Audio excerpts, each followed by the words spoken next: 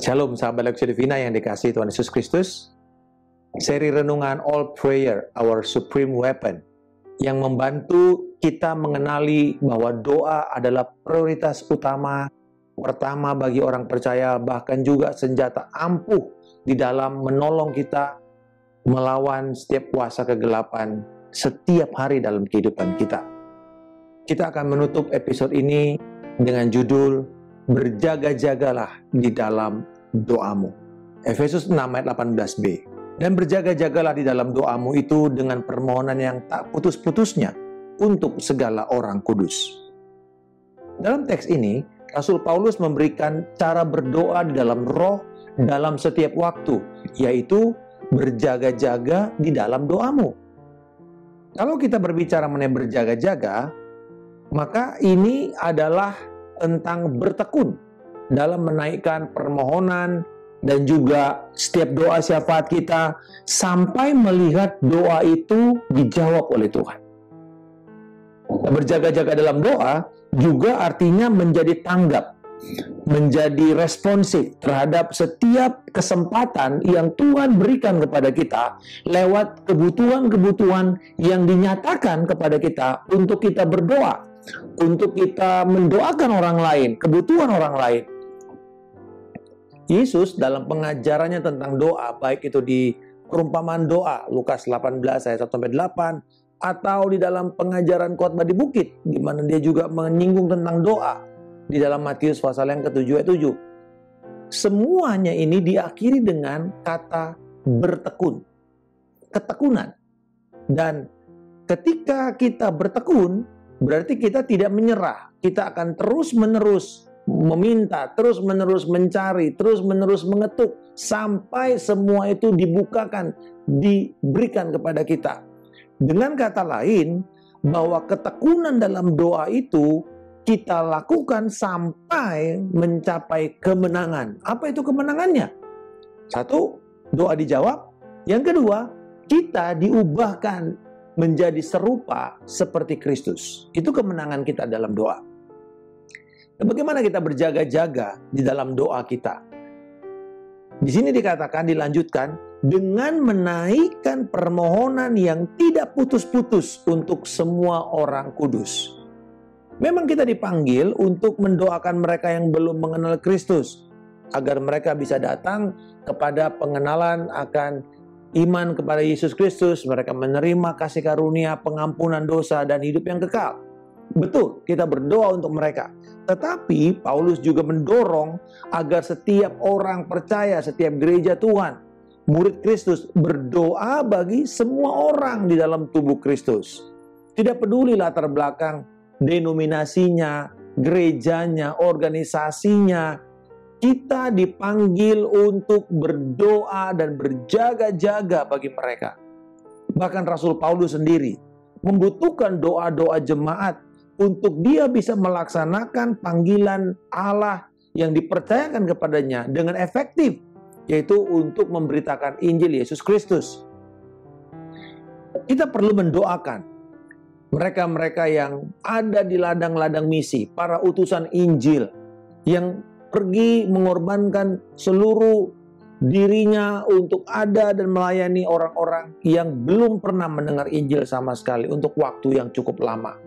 Kita juga perlu berdoa untuk para pengkhotbah yang berkhotbah untuk anak-anak kita, untuk diri kita, untuk keluarga kita. Setiap minggu demi minggu, saudara kita perlu berdoa supaya Tuhan memberikan kepada mereka hikmat dan firman supaya menghasilkan kedewasaan rohani kepada orang yang mendengarnya. Kita perlu berdoa untuk para gembala-gembala, para pemimpin-pemimpin rohani, agar mereka diberi hikmat menuntun dan mendewasakan, menjadikan mereka murid-murid Kristus. Jemaat ini menjadi murid-murid Kristus yang dewasa, yang bertanggung jawab. Tetapi juga kita perlu berdoa untuk setiap orang di dalam jemaat, setiap orang yang kita kenal, orang-orang percaya yang kita kenal, agar mereka juga bisa bertumbuh dalam pengenalan akan Allah. Mereka menjadi kuat, mereka beroleh kesetiaan untuk mereka terus tinggal di dalam panggilan Allah, dilindungi, mendapatkan persediaan Tuhan, kesembuhan, mendapatkan hikmat dari Allah untuk mengambil keputusan dan jalan keluar. Bahkan saudara, kita perlu mendoakan setiap kebutuhan yang langsung kita bisa lihat. Apakah misalnya pada waktu kita buka status sosial media seseorang, atau ketika ada di WA group, ada dorongan, ada undangan, ada seruan untuk berdoa, untuk mendoakan seseorang. Kita bisa mengatakan, ya saya akan doakan. Tetapi sebenarnya nanti jujurnya ya, kebanyakan bahkan termasuk saya, seringkali kita lupa. Atau kita mendoakan dengan jari kita. Ini kadang-kadang jari kita ini lebih rohani. Kita ketik doanya. Tapi kita nggak sungguh-sungguh serius berdoa. Akan lagi lebih baik kalau kita mengambil waktu sebentar, 30 detik, 1 menit, untuk kita berdoa untuk orang ini. Tuhan terima kasih temanku ini, Tuhan anaknya sedang sakit COVID, aku berdoa, Engkau sembuhkan dia, berikan dia perawatan yang baik dan dokter yang baik dan cukup di dalam nama Yesus Kristus. Lalu kemudian kita bisa ketik. Itu akan memberikan dorongan double kepada orang yang menerimanya. Dan juga Tuhan mendengar. Berikutnya kita menaikkan doa untuk bangsa, untuk negara. Bukan hanya bangsa kita, tapi juga bangsa-bangsa lain. Orang-orang kudus di negara-negara lain yang mereka sedang mengalami mungkin bencana, mereka mengalami penderitaan, mereka mengalami ancaman, mereka mungkin sulit untuk beribadah. Kita berdoa supaya kemudian pekerjaan Tuhan juga dibangkitkan di negara-negara tersebut.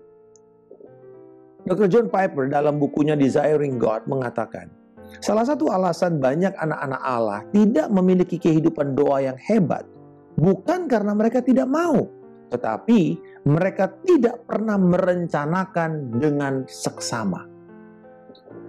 Ini sama dengan kalau kita mau pergi liburan, let's say 1 minggu atau 1 bulan di negara lain atau di kota lain. Apakah kita tidak punya perencanaan minimal keuangan? Di mana kita tinggal? Apa yang akan kita lakukan?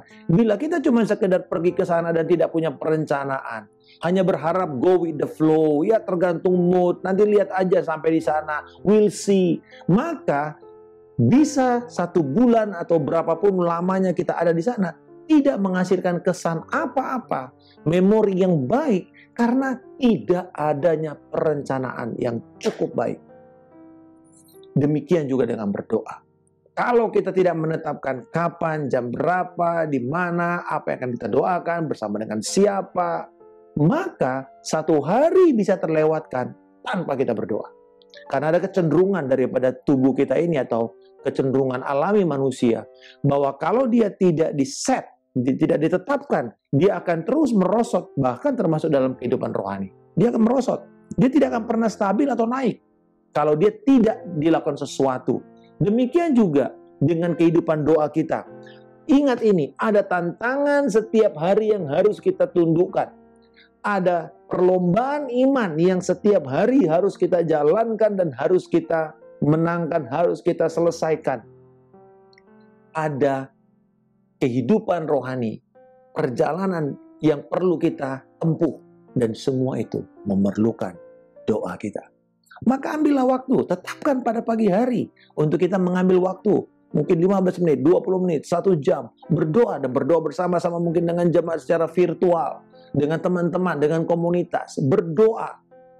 Dan bila kita sudah punya perencanaan ini, saya percaya bahwa kita akan naik dalam kehidupan doa. Kita akan menikmati hubungan kita dengan Tuhan. Dan lebih utama lagi, kalau kita berjalan 1 bulan, 2 bulan, 3 bulan, saudara pasti diubahkan menjadi serupa seperti Kristus Yesus. Mari kita berdoa. Pertanyaan yang sekarang sahabat Lex Univina ini kasih Tuhan Yesus Kristus. Apakah Anda memiliki perencanaan dalam berdoa? Apakah Anda mengambil kesempatan yang Tuhan berikan kepada kita? Setiap ada kebutuhan orang untuk minta didoakan, apakah kita merespon? Apakah kita dengan tanggap? Apakah kita juga berjaga-jaga untuk melihat doa kita dijawab Tuhan? Mari kita berdoa tidak putus-putusnya kepada semua orang-orang kudus. Bapa di surga, aku bersyukur atas kesempatan yang Engkau berikan agar aku bisa berdoa untuk semua orang kudus dalam setiap kesempatan yang ada. Tolonglah aku Tuhan, untuk setiap saat rela dan bersedia mempertahankan disiplin berdoa secara teratur setiap hari. Di dalam nama Tuhan Yesus Kristus. Aku telah berdoa dan mengucap syukur. Haleluya. Amin. Salam kemenangan. Saya Pendeta Markus Simanjuntak.